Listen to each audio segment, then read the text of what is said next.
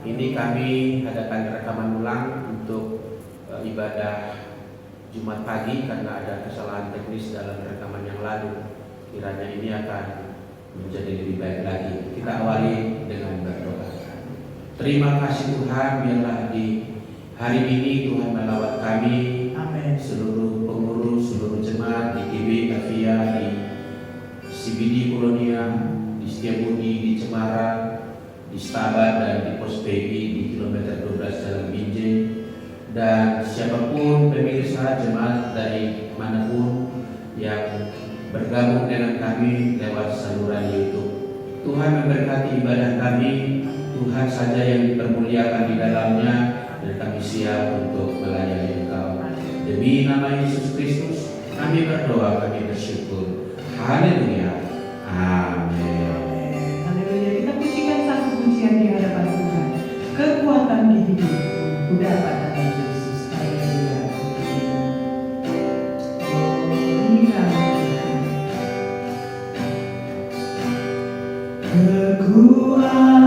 Kekuatan di hidupku ku dapat dalam Yesus yang tak pernah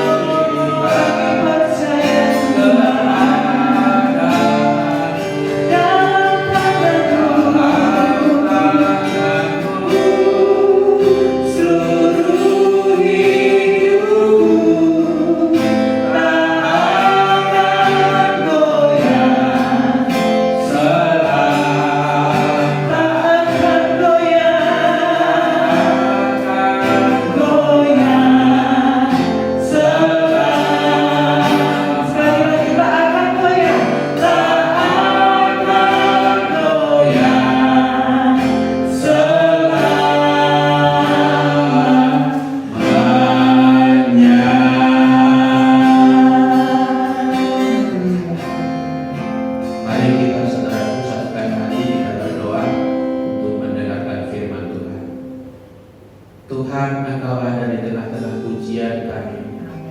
Engkau hadir di dalam ruang ibadah kami ini. Saatnya Tuhan berbicara. Pakailah hamba-Mu agar apa yang disiapkannya disampaikan dengan pengurapan daripada-Mu. Lebih daripada itu, Tuhan Allah leluasa menjangkau kami, menjamah kami, melawat setiap kami. Kami sambut firman-Mu. Dalam nama Tuhan Yesus kami berdoa. Haleluya. Amin. Amin.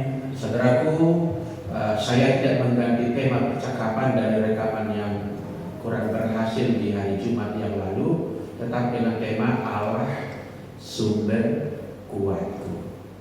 Saudara, setiap kita butuh kekuatan yang berasal dari luar diri kita. Gak cukup dengan kekuatan yang ada pada kita. Ibarat baterai, kapasitasnya terbatas kalau hanya dengan kekuatan yang ada pada diri kita. Terlebih di tengah masa sukar seperti kita sudah 1 tahun lebih ini pandemi corona, di tengah pergumulan, di tengah perjuangan meraih harapan-harapan tertentu, juga di tengah-tengah pelayanan kita butuh kekuatan yang bersumber dari luar diri kita. Terlebih lagi ketika kita mengalami kegagalan, mengalami down, mengalami duka cita, kita butuh kekuatan dari luar. Sebab memang udah jati diri kita, Bapak Ibu, dirancang Tuhan, tersimpul dalam firman, tidak baik kalau manusia itu seorang diri saja. Tidak kuat, tidak survive kalau manusia itu seorang diri saja.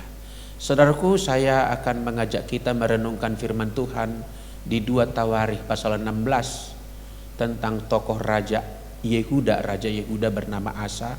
Kita temukan 2 Tawarikh 16 ayat 7 sampai 9. Pada waktu itu datanglah Hanani pelihat itu. Pelihat adalah istilah lain dari nabi. Kepada Asa Raja Yehuda katanya kepadanya, karena engkau bersandar kepada Raja Aram dan tidak bersandar kepada Tuhan Allahmu, oleh karena itu terluputlah tentara Aram dari tanganmu. Bukankah tentara orang Ethiopia dan Libya besar jumlahnya, kereta dan orang berkudanya sangat banyak, namun Tuhan telah menyerahkan mereka ke dalam tanganmu karena engkau bersandar kepadanya, kepada Tuhan Allah. Ayat 9, karena mata Tuhan menjelajah seluruh bumi untuk melimpahkan kekuatannya. Kepada siapa? Kepada mereka yang bersungguh hati terhadap Dia. Sampai di sana kita baca. Saudaraku yang dikasihi Tuhan, poin pertama yang hendak saya sampaikan adalah kekuatan itu tidak terletak pada akumulasi yang ada pada kita. Saya gunakan istilah bahasa Inggrisnya saja. Strength is not a matter of numbers. Kekuatan bukan terletak pada bilangan. Bilangan dalam hal ini bagi Raja Asa bilangan tentara, pasukan, di mana dia ketika berhadapan dengan Raja Israel. Jadi saya kasih catatan dulu sebentar. Kerajaan Yehuda ini adalah orang Israel juga. Kita trace back sedikit sejarahnya. Kerajaan ini kan dibangun oleh pertama kali Raja Saul di bawah asuhan Nabi Samuel. Kemudian karena Saul sebagai raja, Israel itu gagal, tidak taat kepada Tuhan, tidak taat kepada Nabi Samuel. Kemudian dicari penggantinya, maka dapatlah Daud, Raja Daud. Daud memerintah, kemudian tua, lalu meninggal, digantikan oleh Salomo anaknya. Salomo memerintah, membawa lagi kejayaan Daud itu melebihi lagi kejayaan-kejayaan yang luar biasa. Dia raja hikmat, kekayaannya ternama di dunia. Namun rupa-rupanya Raja Salomo ini adalah seorang yang tidak cakap dalam menyiapkan pengganti. Kaderisasinya tidak jalan. Sehingga kemudian setelah dia meninggal, maka anaknya Rehabeam menjadi raja. Tetapi rakyat mayoritas tidak setuju kepada Rehabeam, tidak senang kepada Rehabeam. Maka kebanyakan suku-suku Israel itu, kurang lebihnya 10 suku gitu, tidak bulat sih, ada yang pecah-pecah juga gitu, tapi antara 10 suku bulat kekuatan terbesar gitu, itu mendudukkan raja baru namanya Yerobeam. Sehingga negara itu menjadi pecah dua. Yang kemudian yang dipimpin oleh Rehabeam adalah bagian selatannya, yaitu disebut nama kerajaan Yehuda, karena suku Yehuda suku terbesar di wilayah kerajaan itu. Dan yang di utara itu kurang lebih 10 suku yang lain itu tetap menamakan diri kerajaan Israel, atau sering juga disebut kerajaan Israel Utara, atau disebut kerajaan Samaria. Saudaraku, kembali ke sini. Maka suatu hari raja Israel itu bermaksud menyerang Yehuda. Yehuda merasa lebih kecil daripada Israel, saudara mereka itu. Lalu mengkontak atau menghubungi penolong dari negara sekitar, yaitu dari negara Aram yang dipimpin Raja Ben-Hadad. Nah, di situ letak persoalannya. Bukan seberapa besar musuh yang dihadapi oleh Asa, tapi dengan siapa dia menghadapinya. Dengan siapa dia maju menghadapi musuh-musuhnya itu. Dia ajak partner Raja Ben-Hadad dari negara Aram. Saudaraku, seringkali kita demi memperoleh sesuatu lah, demi kenaikan jabatan lah, atau mungkin memenangkan tender, atau mendapatkan pencapaian-pencapaian tertentu, keberhasilan yang kita idam-idamkan, lalu kita mereka-reka jalan kita sendiri, mencoba bersandar kepada pikiran kita, mengandalkan orang-orang yang kita harapkan, sumber-sumber yang kita andalkan. Lalu kita membangun cerita kita sendiri, beginilah saya nanti akan melakukannya, beginilah saya akan menempuhnya, inilah yang akan kulakukan, inilah yang akan kudapat. Kita mereka-reka dengan pikiran kita sendiri, lalu berpaling daripada Tuhan. Saya sangat diberkati dengan khotbah Pendeta Cu Ayau Selasa 2 minggu yang lalu, yang diambil dari kitab Yakobus. Sejak awal kita harus mengandalkan Tuhan. Sejak permulaan kita harus mengandalkan Tuhan. Jangan sesudah kita mengalami kegagalan tertentu, fail gitu, baru kita mempunyai pikiran untuk mencari Tuhan. Nah, saudaraku, Raja Asa ini adalah orang yang sudah pernah berpengalaman dengan Tuhan. Tadi kan dibacakan ayatnya, bukankah Ethiopia dan Libya, dua negara yang pernah bersekongkol dengan pasukan sebanyak 1 juta tentara menyerang Yehuda, tetapi Yehuda mampu meredam mereka, mampu menghalau mereka. Dikatakan oleh firman tadi, karena engkau bersandar kepada Tuhan Allah. Dan sekarang musuh baru engkau hadapi dengan kekuatanmu, dan orang yang kau harap rasa akan dapat menolongmu. Itulah sumber malapetaka bagi Raja Asa, saudaraku. Mereka-reka dengan kekuatannya sendiri, dengan akal-akalnya sendiri. Saudara, saya mau berkata, kekuatan, kemenangan, keberhasilan bukan terletak pada bilangan, pada numbers. Katakanlah itu kalau bagi Raja Asa jumlah tentara, jumlah peralatan, bagi orang tertentu mungkin jumlah uang, atau mungkin jumlah anak. Bukankah di zaman lalu orang akan merasa bangga kalau banyak anaknya? Kami orang Batak dulu kalau pesta pernikahan suka ada dikasih perumpamaan. Kiranya mempelai ini akan mempunyai anak perempuan 16, anak laki-laki 17 katanya. Suatu kebanggaan kalau nanti dibayangkan kalau udah tua saya meninggal nanti, ramai sekali anak cucuku, keturunanku. Merupakan suatu lambang kekuatan gitu. Dan di dunia ini kalau kita tahu juga kadang-kadang peta kekuatan tentara itu sesuatu yang dibanggakan. Amerika berapa kapal selamnya, Rusia berapa, Inggris berapa, Israel berapa, Indonesia berapa, pesawat tempurnya jenis ini berapa gitu. Kekuatan yang dihitung itulah kekuatan-kekuatan yang berasal dari ciptaan ini. Alat perang kan ciptaan, bentukan manusia. Tentara kan ciptaan, Allah yang menciptakannya manusia itu. Mengandalkan ciptaan pada suatu waktu akan titik jenuh dan mengecewakan. Renungan ini sedang mengajak kita, saudaraku, terkhusus kita jemaat di GBI Afia yang sedang mengidam, seperti ibu hamil yang mengidam. Kita mempunyai moto sekarang ini, sehati berkarya bagi Kristus. Betul, kita akan melatih orang-orang melakukan ini dan itu, tetapi kita mau lagi mengandalkan Tuhan. Katakan amin. Bukan pada bilangan, bukan pada manusia, bukan pada sesama.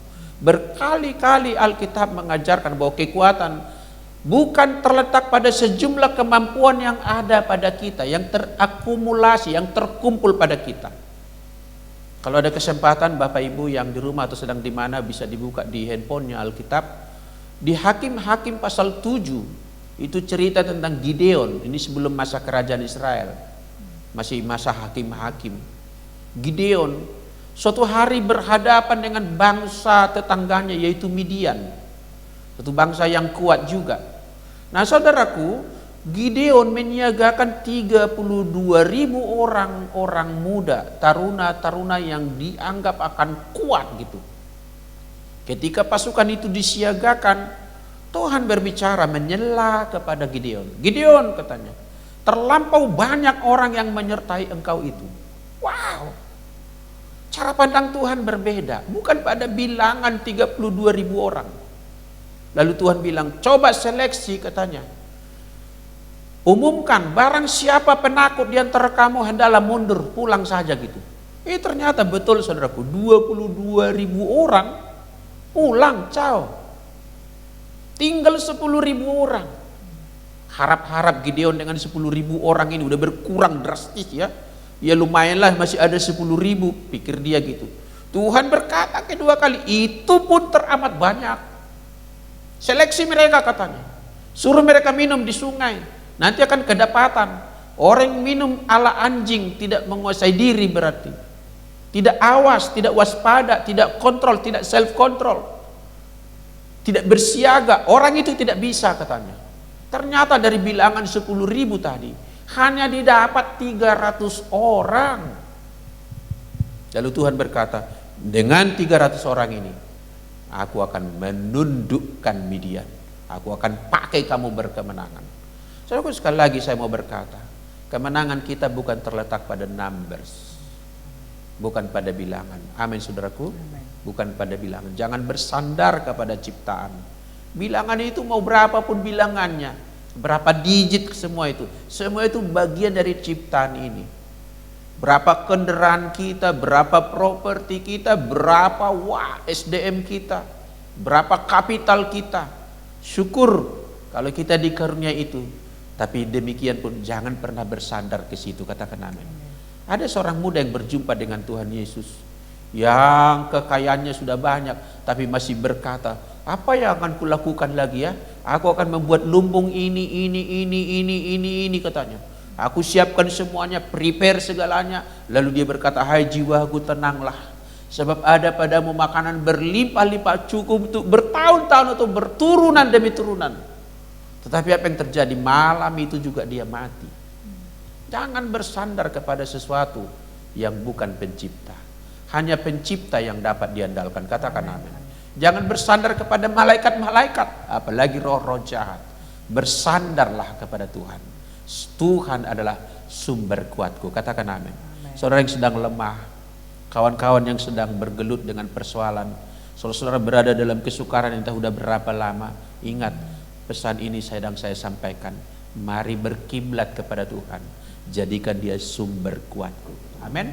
Ada lagunya memang itu. Allah sumber kuatku, Allah sumber kuatku, Allah sumber kuatku dan bagianku selamanya, selamanya. Amin saudaraku. Jadikan dia sumber kekuatanmu satu-satunya. Nah yang kedua saudaraku, saya mau menceritakan tentang Karl Marx. Karl Marx ini pernah berkata begini, religion is opium, katanya. Agama adalah candu. Ini ucapan terkenal dari Karl Marx. Lalu banyak orang salah paham dan menggunakan jargon itu untuk katakanlah menjadi spirit untuk anti agama. Agama itu buruk, agama itu meracuni, agama itu membunuh logika kita, agama itu merusak karakter dan lain sebagainya. Agama itu hanya candu gitu. Tetapi sebetulnya kalau kita mempunyai antena yang bening, saudaraku, sesungguhnya perkataan Karl Marx tadi adalah betul. Religion is opium. Di dalam religion, di dalam agama itu, kalau kita sebagai orang Kristen, sentral dari agama kita, sentral daripada kekristenan adalah firman Tuhan. Baik firman yang menjadi tulisan yaitu Alkitab, maupun firman yang menjadi manusia yaitu Yesus Kristus. Itu sentral daripada kekristenan. Maka berarti firman itu adalah opium bagi kita. Apa fungsi opium, saudaraku? Menenangkan. Jangan lihat sisi buruknya penyalahgunaan narkotika, tapi coba lihat di rumah sakit sana orang yang akan dioperasi, diapain sebelum dioperasi? Dibius, itu kan opium.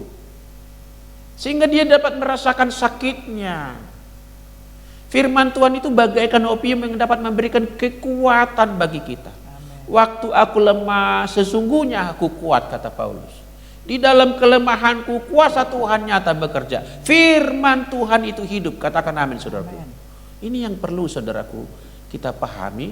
Sehingga perkataan daripada Karl Marx tadi dapat kita resip, kita dapat terima. Benar, agama yaitu firman di dalamnya adalah obat penenang di tengah pergumulan hidupku, di tengah kesedihanku. Di antara kita ada yang sedang berduka. Sebut saja saudara sepelayanan kita, Miss Sylvia Wong, yang dalam 1 minggu pertama ayahnya dipanggil oleh Tuhan. Kemudian kemarin ibundanya dipanggil oleh Tuhan. Kesedihan yang bertubi-tubi. Tetapi saya percaya kalau firman itu menjadi kekuatan, maka di tengah duka cita bagaimanapun kita dapat tegar dan sabar. Katakan amin. Firman itu adalah opium. Firman itu adalah penenang bagi kita. Sehingga walaupun masih jauh rasanya perjalanan kita, kita kuat. Amin. Walau masih pergumulan kita masih banyak, kita tetap semangat. Karena firman itu, saudaraku. Saudaraku, berikutnya saya mau berkata, kekuatan itu tidak terletak pada posisi diam. Strength is not in the silence, istilah saya. Strength is not in the silence. Maksudnya, kekuatan tidak terdapat tatkala kita diam pasif. Orang yang berdiam diri saja tidak mungkin kuat. Dia akan menjadi lemah. Apa maksudnya ini? Kekuatan yang kita terima dari sumber sejati yaitu Tuhan Allah hanya termanifestasi, tersalurkan dan aktif ketika kita doing something. Mengerjakan sesuatu. Artinya ketika kita bergerak, kuasa Tuhan itu nyata dalam gerakan kita itu. Katakan amin. Saya kasih ingatkan contoh saja betapa ketika kita bergerak itu mujizat terjadi. Saya teringat ketika imam-imam yang membawa tabut perjanjian itu di bawah kepemimpinan Joshua, Musa sudah meninggal, hendak memasuki tanah Kanaan harus menyeberangi sungai Jordan namanya. Sungai Jordan itu ya memang tidak terlalu luas sekali, tapi juga kan sulit juga melewatinya gitu. Kalau apalagi dengan jumlah massa yang berangkat ini ratusan ribu orang dengan anak-anak, orang tua dan lain sebagainya. Tidaklah mereka bisa berenang begitu ya. Maka mereka sebentar itu di pinggir tepian sana menunggu harap-harap apa yang akan dilakukan Tuhan untuk menolong mereka. Membangun jembatan mungkin belum ada alatnya. Tapi apa yang terjadi, saudaraku? Ketika para imam diperintahkan untuk melangkah dan mereka memanggul tabut itu, memijakkan kakinya di dasar sungai Jordan, melangkah memasuki sungai Jordan, saat itu juga sungai Jordan berhenti dari hulu, tidak mengalir untuk sampai sementara waktu, sampai semua umat itu menyeberang.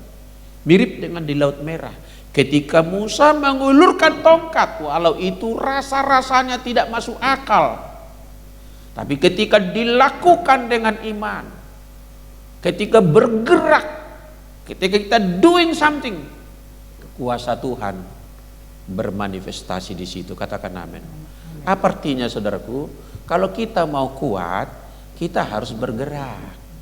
Bumi ini berputar, nggak diam. Orang-orang di dalamnya pun dilarang diam. Katakan amin. Mungkin sementara waktu kita sakit, iya kita diam. Tapi itu pun jangan diam secara total. Itu artinya mati. Masih kita mungkin bisa berdoa. Masih mungkin kita bisa bernyanyi. Masih mungkin kita bisa mengangkat gelas kita sendiri. Kalau masih mungkin. Secara umum apalagi kita sehat, kita harus bergerak. Nggak boleh diam saudaraku. Nggak ada kekuatan bagi orang yang diam. Nggak ada power di dalam orang yang diam. Baru saja kita merayakan hari Pentakosta. Roh Kudus dicurahkan. Di dalam Roh Kudus itu kuasa Allah dimanifestasikan. Pertanyaannya, untuk apa itu kuasa diberikan? Supaya kita pergi menjadi saksinya ke Yerusalem, Yudea, Samaria, sampai ke ujung bumi. Kalau kita diam saja, untuk apa kuasa itu? Tidak nampak saudaraku. Kalau kita diam tidak berkata jadilah sembuh, tidak akan ada mujizat. Kalau para imam saja diam saja menunggu-nunggu, tidak ada laut merah yang terbelah ataupun tadi sungai Jordan yang putus sementara waktu. Saudara, kita harus move on. Katakan amin. Move on. Nggak usah meratapi, nggak usah menangisi pandemi corona. Doing something, lakukan sesuatu, sertakan Tuhan di dalamnya. Saya percaya ketika kita bergerak, mujizat itu akan menyertai kita. Katakan amin. Kita baca firman Tuhan bagian terakhir dari Yesaya pasal 40 untuk menutup renungan Jumat pagi kita ini yang delay disalurkan pada hari ini. Nah, Yesaya 40 ayat 27. Mengapakah engkau berkata demikian hai Yakub, dan berkata begini hai Israel, hidupku tersembunyi dari Tuhan dan hakku tidak diperhatikan Allahku. Nah, ini konsep yang keliru. Seolah-olah Allah tidak peduli. Aku tersembunyi, tidak diperhatikan oleh Tuhan. Hakku tidak dibela. Seolah-olah begitukah? Ayat 28. Tidakkah kau tahu dan tidakkah kau dengar? Tuhan ialah Allah kekal yang menciptakan bumi dari ujung ke ujung. Ia tidak menjadi lelah.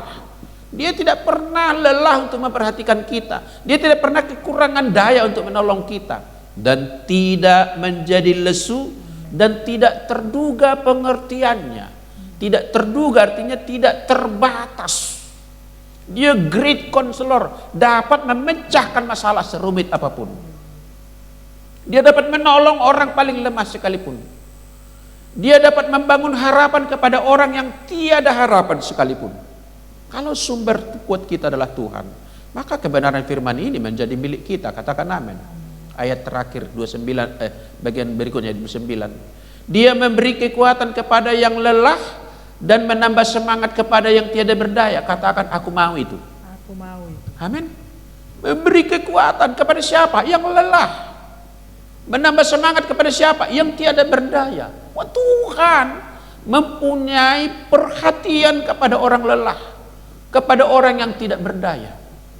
Ayat 30. Orang-orang muda menjadi lelah. Ini perbandingannya. Lelah dan lesu dan teruna-teruna jatuh tersandung. Tetapi, ini kata tetapi kan berpindah kunci itu artinya kalau main musik. Tetapi pindah kuncinya. Orang-orang yang menanti-nantikan Tuhan mendapat kekuatan baru. Amen. Dibandingkan tadi teruna-teruna saja, orang-orang muda menjadi letih, menjadi lelah gitu. Tapi orang yang menanti-nantikan Tuhan mendapat kekuatan baru. Mereka seumpama raja wali yang naik terbang dengan kekuatan sayapnya. Mereka berlari dengan tidak menjadi lesu. Mereka berjalan dan tidak menjadi lelah. Di ayat yang terakhir ini saya ada buat 3 garis bawah, underline. Di ayat 31, pertama saya garis bawahi, menanti-nantikan Tuhan. Yang kedua, mereka berlari. Yang ketiga, mereka berjalan. Saudara yang dikasihi oleh Tuhan, ketiga-tiganya itu adalah kata kerja aktif. Tidak ada yang pasif di situ. Jadi saya hubungkan dengan yang tadi. Power is not in the silence. Power adalah ketika kita doing something, ketika kita keep moving, bergerak, melakukan sebuah movement, melakukan sebuah tindakan, Ketika kita bertindak, Allah salurkan kekuatan, hadirkan mujizat bagi kita. Katakan amin. Jadi kita nggak boleh diam saja. Menanti-nantikan itu bukan diam, saudaraku. Dia mengejar itu. Sebetulnya itu istilah itu sedang menyampaikan mengejar, menanti-nantikan, mengharap-harapkan. Karena mengharapkan itu dia maju menyambut berkat itu, maju menyambut pertolongan itu, maju melakukan sesuatu, enggak diam. Mereka berlari. Saya mau kasih pertanyaan bagi kita semuanya. Saat kapan kita berkeringat? Saat jalan pelan atau saat berlari? Saat berlari. Saat berlari. Kenapa sampai keringatan? Karena ada pembakaran energi yang diekstrakan tadi, ekstra energi. Speed kita pun dipercepat. Wow, ini bukan pasif, saudaraku. Ini kegiatan aktif ini, berlari. Karena kalau di depan sana ada emas 10 kg, kita mau mengambilnya kira-kira jalan cepat atau jalan lambat atau berlari, saudaraku? Berlari.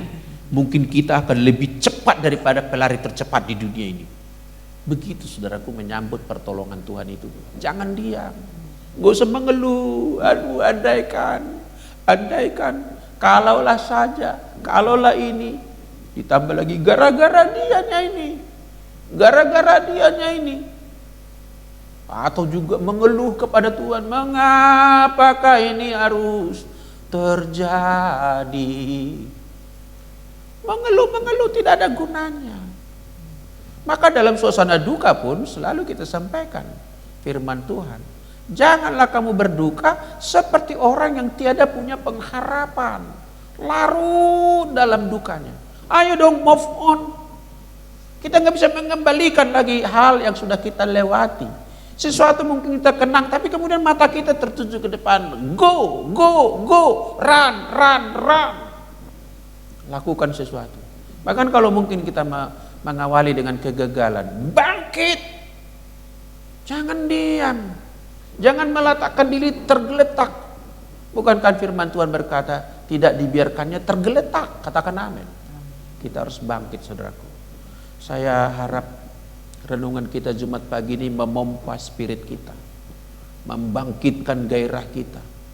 Bapak Ibu semua yang ada di dalam ruangan ibadah kita virtual ini, ada di antara kita hamba Tuhan seperti kami, ada orang-orang yang bekerja di dunia marketing, di dunia arsitek, di dunia galeri, di dunia perdagangan atau apa saja. Ayo berkiblatlah kepada sumber kekuatan. Jangan andalkan kartu nama yang ada di dompet kita, pertemanan yang segitu banyak. Itu semua baik, make friends itu bagus. Tapi hati kita harus mengandalkan Tuhan. Katakan amin. Mengandalkan Tuhan. Kata percaya atau believe itu sekarang disertai dengan Dialah sumber kuatku. Bersama Dia aku bisa. Betul mungkin aku pernah gagal, betul mungkin jalan ini sukar, tapi bersama Dia aku cakap menanggung segala perkara di dalam Yesus Kristus yang melimpahkan kekuatannya bagiku. Sehingga saya akan berkata, pencobaan-pencobaan ini adalah pencobaan-pencobaan biasa yang tidak melebihi kekuatanku. Dan saya percaya ketika aku menghadapi pencobaan ini, Tuhan menyediakan jalan keluar dan Tuhan memberikan kekuatan untuk menjalani. Puji nama Tuhan, sukses bagi kita semuanya. Kita tutup dengan lagu tadi lagi, kita nyanyikan bagian belakangnya. Haleluya. Terima kasih untuk firman-Mu Tuhan. Tolong kami terus untuk bersandar kepada Tuhan, sebab Engkau kekuatan kami. Ajaib Kau Tuhan penuh kuasa. Kita pujikan. Haleluya. Ajaib Kau Tuhan penuh kuasa, sanggup pulihkan keadaanku. Dalam tangan-Mu seluruh hidupku tak akan goyah selama. Ajaib Kau Tuhan, ajaib Kau Tuhan penuh kuasa, Engkau sanggup pulihkan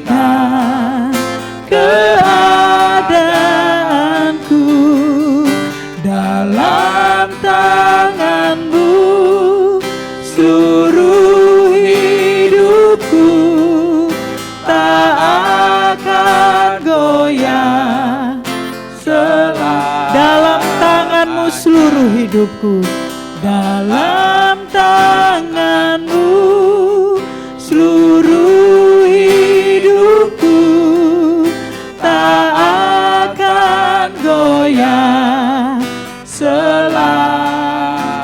Katakan tak akan goyah, tak akan goyah selama, tak akan goyah, tak akan goyah selamanya.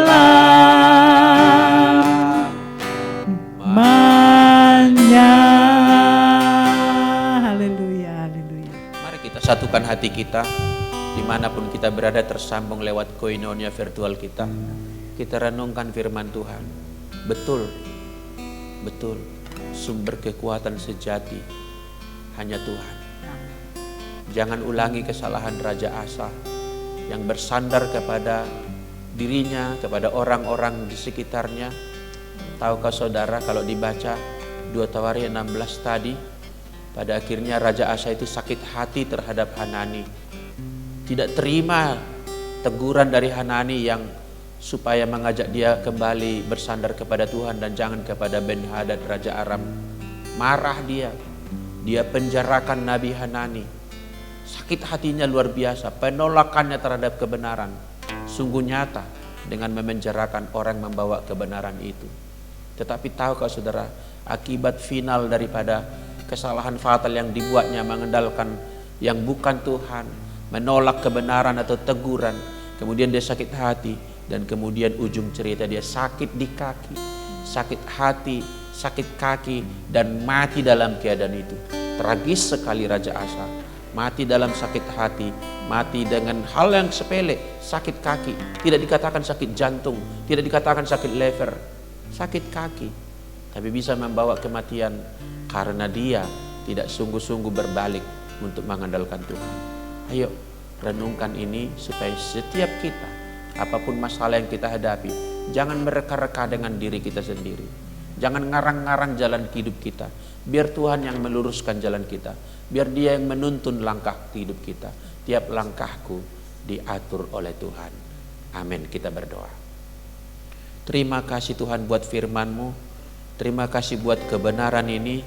Biarlah ini menggema di dalam hati kami, menjadi pedoman bagi kehidupan kami, dan sungguh-sungguh mengubahkan kami, berpindah dari mengandalkan segala sesuatu di dunia ini kepada berpindah mengandalkan hanya kepada Tuhan saja.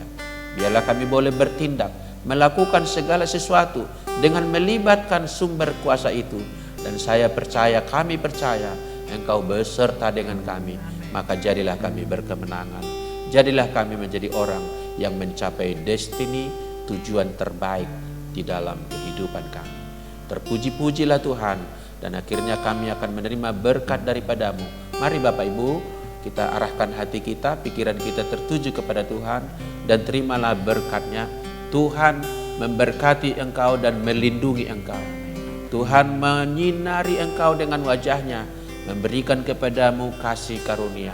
Tuhan menghadapkan wajah-Nya kepadamu, artinya Tuhan berbalik untuk memberikan kasih sayang-Nya kepadamu, tidak membelakangimu lagi, melainkan memperhatikanmu, sehingga engkau penuh dengan damai sejahtera.